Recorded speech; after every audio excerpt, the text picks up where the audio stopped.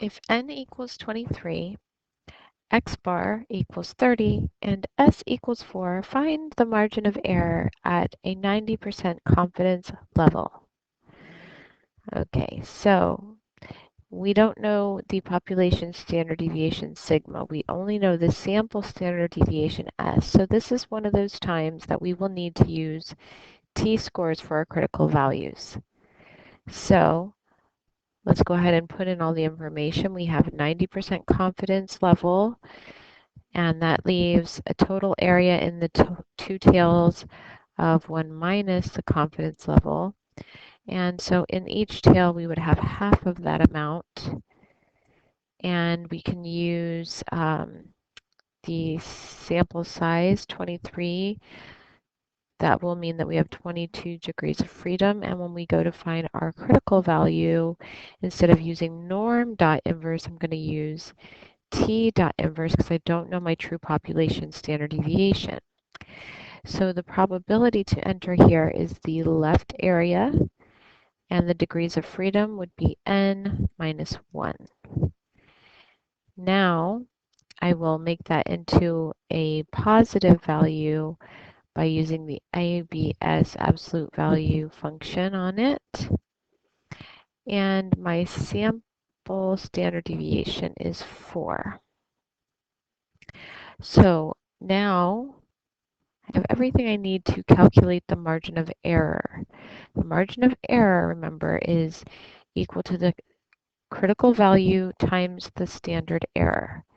So the critical value we found already, that's this. This is our critical value here, always positive. And the standard error is when you take the sample standard deviation and you divide it by the square root of n.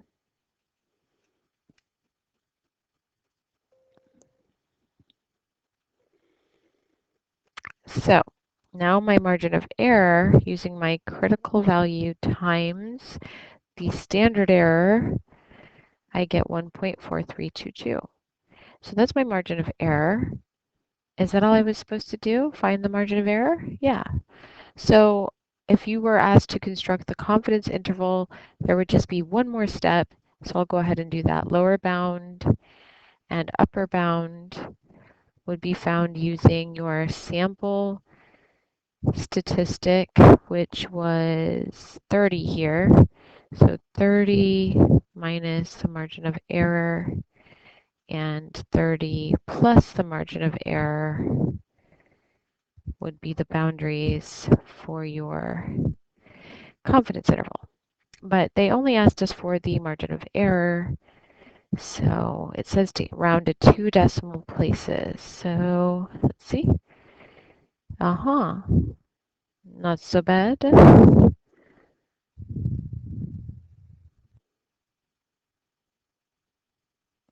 Here's another example that might be a little trickier because it's all words. There's not as much symbols to let us know what each value is supposed to be. So we're going to assume that a sample is used to estimate a population mean mu.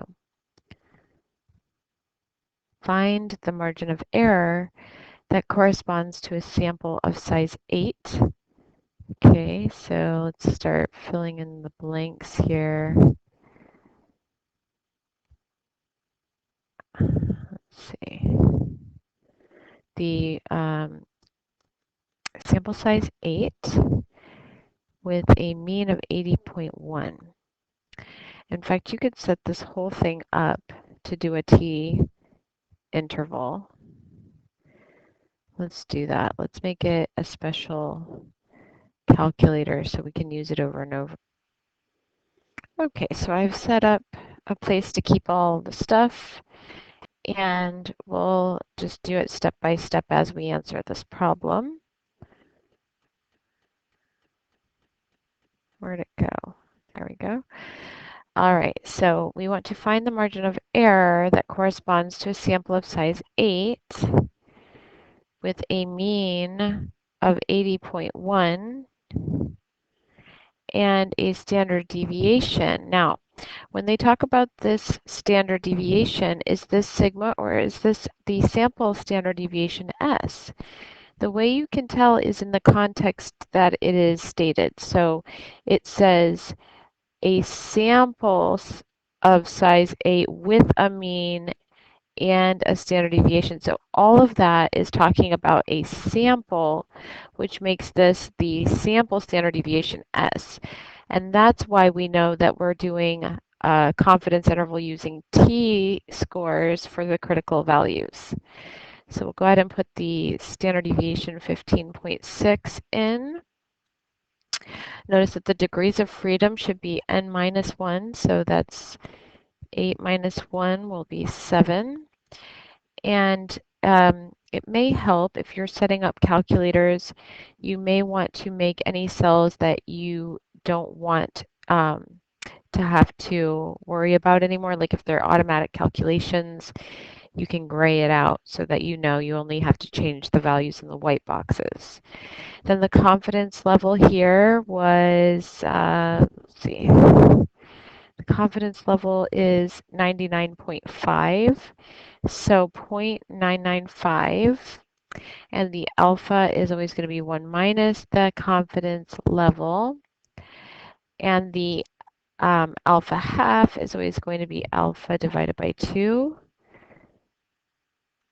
and then we'll use that to get our critical value using norm dot, not norm, this is a t-distribution, t dot inv, inverse lookup on the t-distribution with this area to the left and this many degrees of freedom, n minus 1. And then you'll have a negative and a positive, so we'll use the absolute value to get the positive version of that. Now, our margin of error is calculated from the critical value, that is the positive critical value, times the standard error.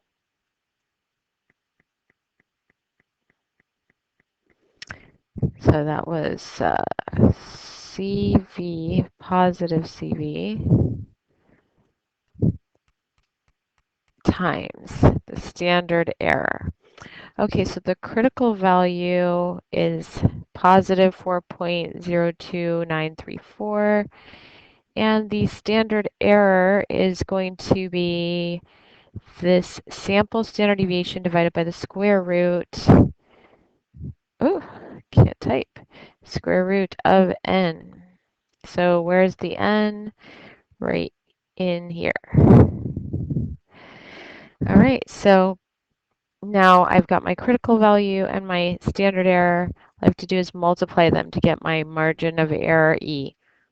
And that will be my answer because I was just asked to calculate the margin of error.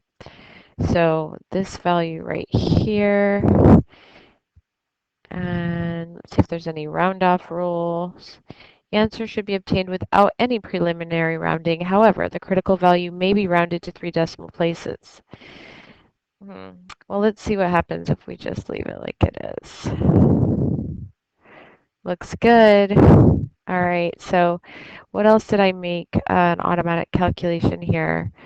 I think every single cell in here, all I have to do is change the confidence level, and all the rest of these will recalculate. These are all automatic calculations now. And then I could even, if I'm asked to do the confidence interval limits, then I can take my sample mean and subtract a margin of error and take my sample mean and add the margin of error so that will calculate automatically if I'm asked to do the whole confidence interval. So look at that. All I have to do is change 1, 2, 3, 1, 2, 3, 4 values, and all the other stuff will automatically calculate. So that can be pretty sweet.